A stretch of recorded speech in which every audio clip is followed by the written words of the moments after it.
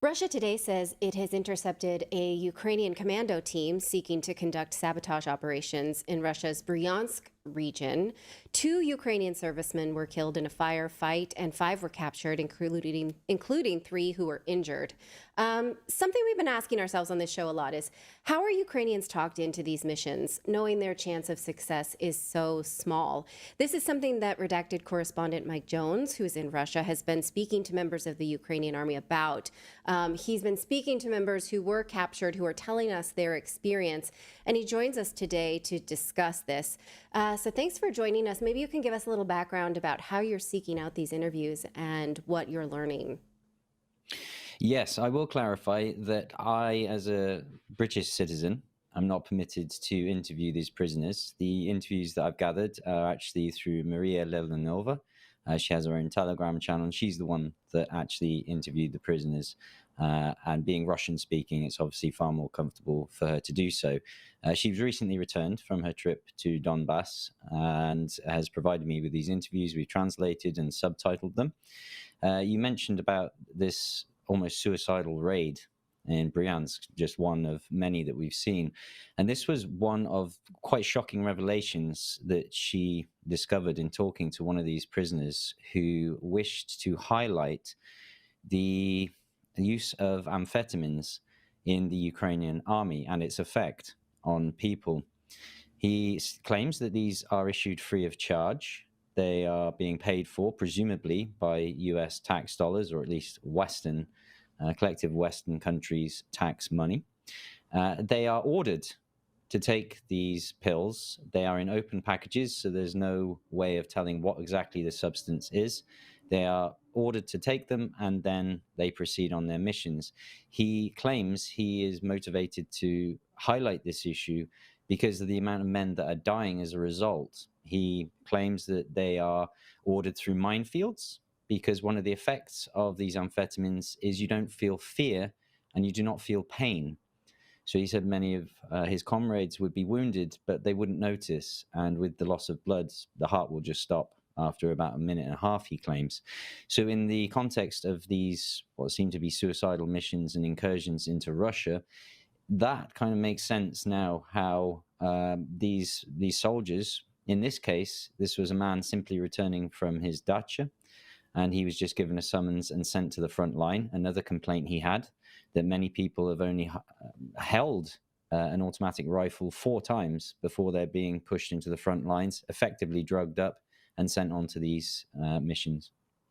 That's right. So let's listen to him say that, and then we'll come back.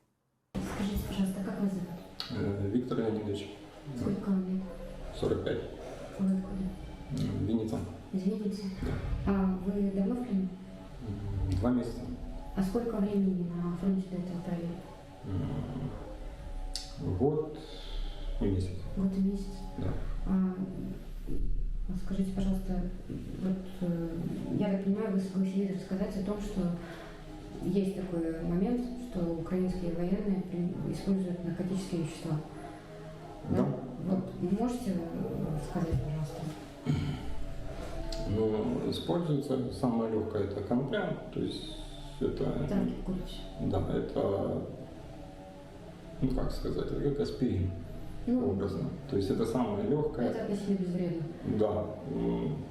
Потом амфетамины какие-то давали, такие, что, ну, ты выпиваешь, тебе болевой эффект. Вы давались в какой форме? Нам давали их уже открытые. То есть вы не видели упаковку? Нет. Просто... То есть ты выпиваешь, у тебя эйфория и кто давал? страшно. Давал наш медик из батальона. То есть это все шло через него. Потому что... Он выдавал как вот тебе пластырь, вот тебе аспирин, вот тебе от простуды, вот тебе амфетаминчик. Приехал, вот вы идете на позицию, скажем так, боевуху, вот, перед боем выпить. Так, а сами медики, то есть не то, что там кто-то покупал, их просто так выдавали вам? Нет, а выдавали, никто ничего не покупал. Всем-всем? Тем, кто шел на боевые. Ну, то есть 100% количеству людей, которые идут на боевые задания. Да. Они получали в числе прочего амфетамин, как, я не знаю, часть аптечки. Ну, в принципе, да, это часть аптечки шла. И как это на организм влияло? То есть что происходило с человеком, когда он взял? Ты не чувствуешь боли, и как бы заниженный порог страха, и ты шуруешь То есть просто. такой терминатор такой пошел. Да. The other claim that he makes is due in part to the lack of training that these Ukrainian soldiers are receiving. Of course, many of them are fearful and don't know what to do in the circumstances.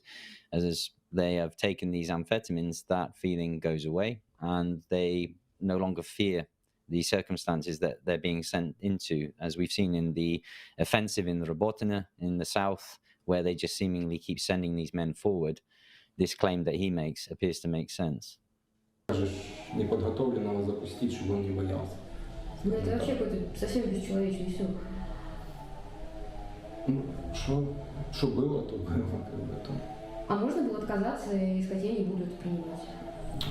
Ну, это контролировалось, то есть, если уже знали, что по-любому это будет стычка, то по таблетке запили и вперед. Ну, я что хочу, это было, тем не менее, добровольное было решение, я выпью таблетку. Или можно было сказать, я не буду и идти без нее? Как бы нет, это было принудительно. One of the questions that Maria posed to this particular prisoner was, how did he end up at the front lines? He told her that he'd been captured for about 3 months, and prior to that, he had been returning to the city from his countryside residence, known as a dacha in Russia, to see his parents, and he was given a summons. He was stopped at one of the checkpoints on the way to his hometown, and given the option, either sign the summons and go to the front lines now, or we send you to jail. So there really wasn't any choice for him other than those two options. He couldn't just go about his merry way or even appeal. These were the immediate options given. The other thing she asked was, if you were returned home, would you fight anymore? He said, no, I've seen enough. I've seen too much. I've seen how the commanders treat soldiers. I've seen the lack of equipment. And of course, he has described there how they are even being intoxicated, both with alcohol as well. He claims the first death in his platoon was a man who'd been drinking for an entire year and cirrhosis of his liver. The last thing she asked was a very important question. How did he feel towards the Russians? Did he hate them? And he emphatically said, no, we don't hate the Russians at all. And that's another reason why I don't want anything to do with this conflict. That's awful. Now, another video that you wanted to highlight today was with a prisoner of war who said he was told to fire off ammo into fields in order to use it up so that the West would send more, to just keep this as an assembly belt. What can you tell us about this? And then we'll take a look at it.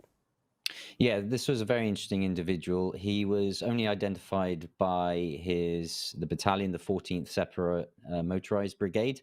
His voice was changed and his face was blurred due to the sensitivity of the information that he was captured with. There's obviously a lot that the Russian authorities wish to investigate here, because most notably on his phone was a spreadsheet that he claims was provided to him by his Ukrainian commanders with notes in English about these targets and the coordinates for the artillery batteries to fire at.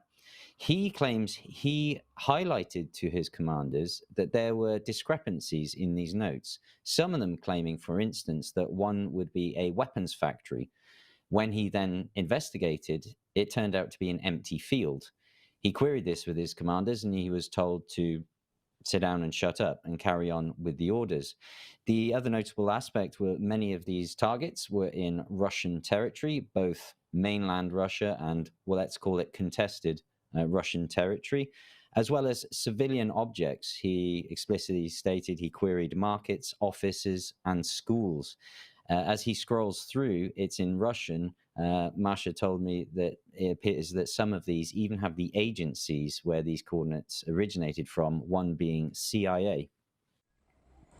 Я военнослужащий 14-й отдельной мотострелковой бригады ЗСУ, которая дислоцировалась на Купинском направлении. В мои обязанности входила проверка боеготовности подразделений, находящихся на передовой. Попал в плен после того, как на наши позиции начали наступать российские военнослужащие. Покинуть эти позиции я не имел возможности в связи с сильным артиллерийским огнем. При моем осмотре был обнаружен телефон, на котором имелись различные фотоматериалы, распорядительные документы штаба. В частности, это были целеуказания для артиллерийских подразделений с пояснениями на английском языке. На регулярной основе украинское командование передает в наши подразделения ЗСУ координаты целей, полученные от американцев. При этом в ходе проверки этой информации неоднократно было установлено, что объекты поражения являются гражданской инфраструктурой. Это торговые центры, офисы, рынки и так далее. Либо это глубина территорий Российской Федерации и никак не используются в военных целях. Мои попытки донести до вышестоящего командования информацию об имеющихся неточностях в целеуказаниях, либо необходимости проведения повторных аэрофотоснимков территории остались без внимания. Вот телефон, в котором у меня более 1000 целей. В основном это глубина России. Такие города, как Крым, Краснодар, Ростов, Курск. При проверке координат мы узнали, что очень много пустых целей, то есть несуществующих. Например, указан склад боеприпасов, а стреляли по каким-то полям, где никого нет и никогда не было.